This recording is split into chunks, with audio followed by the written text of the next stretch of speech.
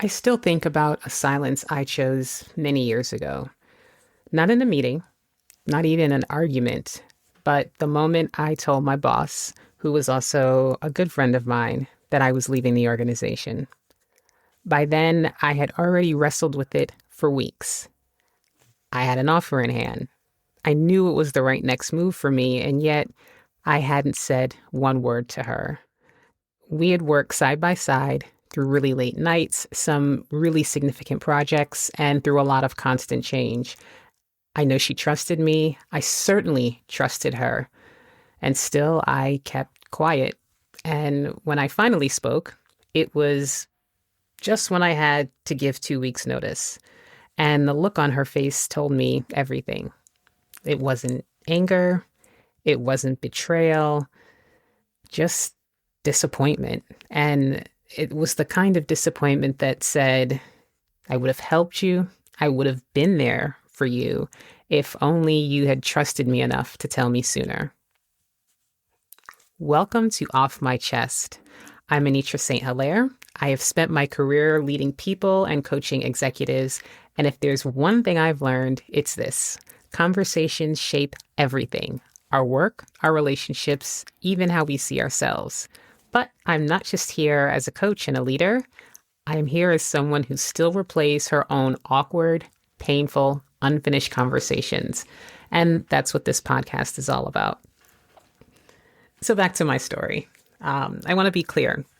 I wasn't out there job hunting. I wasn't secretly scrolling job boards late at night.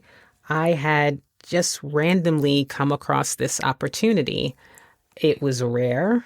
It was a perfect fit from a company I was really excited about, and I knew I had to go after it. And I've always told people, companies should be prepared. No one owes notice beyond what's in their contract.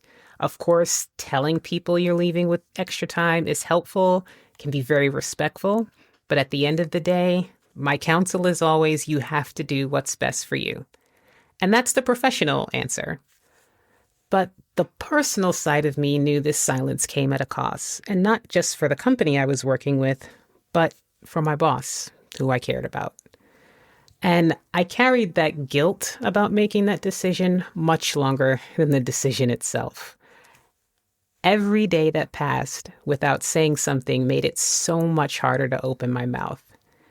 And the irony of this is I knew she would have supported me. I knew she would have worked with me through the transition. She would have given me a great recommendation to the company that I was going to look at. That's just who she was. And that's who we were as a team. That's who we were together.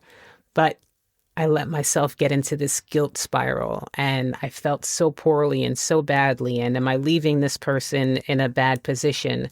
Until it was just too late. And so when it finally came down to it and I had to tell her I was leaving, it landed not as a choice we could have navigated together, but really as a wall between us. And, my not telling her, my silence really had already done its damage. And I still think about that to this day.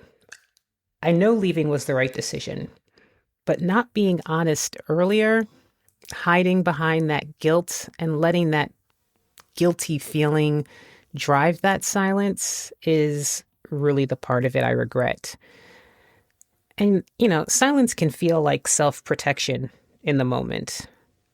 But afterwards, it plays in your mind like an old record that you don't want to hear anymore. It's the distance that you've now created from people who really would have understood. It's the distance from the support that was actually there and that I knew was there, but just couldn't bring myself to ask for. And listen, the professional lesson is easy to name. Timing matters when you're leaving a job. Be clear, be honest, tell the company when you need to, not a moment before. All of that is easy for me to rattle off. But the personal lesson, and it's really the hard one for me, is that sometimes silence can cost you closeness with someone you care about. And the people you work with aren't necessarily one and the same with the company you work with. And once that distance is there, it's really hard to bridge. And so if I had to do it all over again, I would probably tell her a little sooner. I can't say that I would though, because I was I was nervous and uncomfortable and younger and didn't have all the confidence that I have now and really worried about what would happen to me. And, it's all dependent on who you are in your particular situation. But I really just wanted to take a moment and reflect that this one felt bad because I did treat her not as a friend, and I knew she was. And not everyone you work with is your friend, but in this case, she was mine. And I should have I should have treated her like the friend she was to me. And that's what this space is for. It's a place to bring those messy conversations into the light and see what happens when we stop carrying them alone. Each week, I'll share more stories, sometimes mine, sometimes from guests, that just name conversations we can't shake.